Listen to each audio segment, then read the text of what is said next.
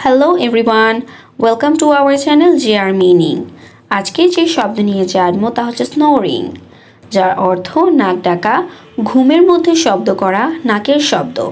নিচে দুটি এক্সাম্পল দেওয়া হয়েছে। Example 1, His snoring kept me awake all night. His snoring kept me awake all night.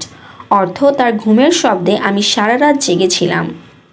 Example 2, She can't stand his loud snoring. She can't stand his loud snoring. অর্থ সে তার জোরে ঘুমের শব্দ সহ্য করতে পারে না। ধন্যবাদ।